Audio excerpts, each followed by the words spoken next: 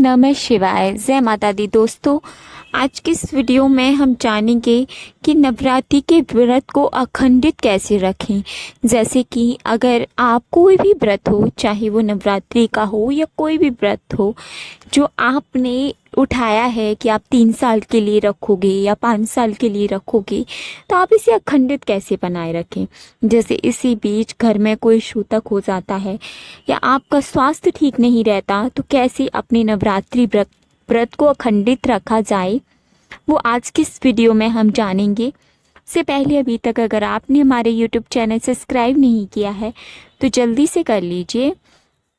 इस चैनल पर हम आपके साथ में भक्ति, व्रत, त्योहार से संबंधित सारी जानकारी साझा करते हैं, तो चैनल को अवश्य ही सब्सक्राइब करें। अगर ये वीडियो आपको पसंद आता है तो वीडियो को लाइक, ज़्यादा से ज़्यादा शेयर अवश्य करें। आइए इस वीडियो को स्टार्ट करते हैं और जानते हैं नवरात्रि व्रत को अखंडित कैसे रखा जाए। तो जैसे कि अगर आप हमेशा व्रत रखते हो, नवरात्रि का हर साल रखते हो, आपने भले कोई संकल्प ना लिया हो, लेकिन आप व्रत को तोड़ना नहीं चाहते, आप उसे खंडित बनाए रखना चाहते हो, लेकिन आपके घर में सूतक लग गया है, तो आप क्या करें। तो ऐसे में आप किसी पंडित जी या किसी आचार्य जी को बुलाकर उन्हें अपना व्रत करने के लिए कह सकते हैं। इसके बदले आप उन्हें दक्षिणा दे सकते हैं और जितनी समय की पूजा हो उसकी सामग्री एवं जितनी समय का वो फलाहार करते हैं उतनी समय का फलाहार आप उन्हें दे सकते हैं। वो अपने घर पे रहकर आपका व्रत लगातार रख सकते हैं। इस व्रत का पूर्ण फल आपको मिलेगा और आपका व्रत अखंडित भी रहेगा। इसके अलावा अगर आप पीरियड से हो गई हैं तो पीरियड से हो जाने से कोई दिक्कत नहीं होती है, आप अपना व्रत रख सकती हैं। हालांकि अगर आप घट स्थापना करना चाहती हैं तो उसके लिए आप किसी पंडित जी या आचार्य जी को बुलाकर उनसे घट स्थापना करवा सकती हैं।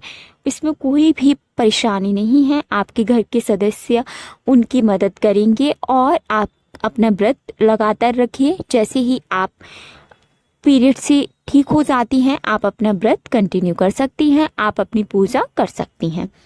इसके अलावा आपके अगर पीरियड्स नवरात्रि व्रत के बीच में आ जाते हैं या फिर कन्या पूजन में आ जाते हैं तो भी कोई दिक्कत नहीं है। आपका व्रत नहीं अमान्य होगा, वो पूर्ण तरह से सफल होगा। आपको कन्या पूजन किसी और से करवाना है, चाहे अपने घर के किसी परिश्रम से करवा लीजिए या फिर आचार्य जी को बुला के उनसे करवा लीजिए। इसमें कोई भी मनाही नहीं है, आपका व्रत माता रानी जरूर स्वीकार करेंगी। इसके अलावा अगर आपकी स्वास्थ्य ठीक नहीं है तो ऐसे में भी आप किसी आचार्य जी से अपना व्रत करवा सकती हैं। अगर आपने अपना व्रत अखंडित रखना है तो, या आप गर्भवती हैं तो आप अपने पति से भी अपना व्रत करवा सकती हैं। आपकी जगह पर आपके पति व्रत कर सकते हैं, आपका पूर्ण फल आपको ही मिलेगा। इसके अलावा अगर कोई और आपके घर में सदस्य हैं तो आप उनसे भी अपना व्रत करवा सकती हैं, कोई परेशानी नहीं होती है। हाँ, अगर आप अपनी व्रत में आपने कोई बोला नहीं है कि आप इतने साल नहीं करोगे तो आप पहला और आखिरी रख सकते हो, उसमें भी माता रानी सच्चे मन से रखोगे तो आपकी इच्छा ज़रूर पूरी करेंगे।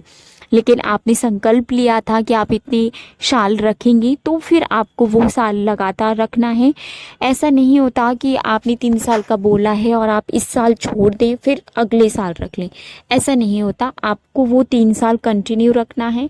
आप नहीं रख पा रही हो तो आप उसकी जगह पे आचार्य जी से रखवा सकती हैं। फिलहाल इस वीडियो में इतना ही। इस वीडियो में हमसे कोई भूल या त्रुटि हो गई हो तो हमें क्षमा करें। कमेंट में ओम नमः शिवाय, जय माता दी अवश्य लिखें। जय माता दी दोस्तों।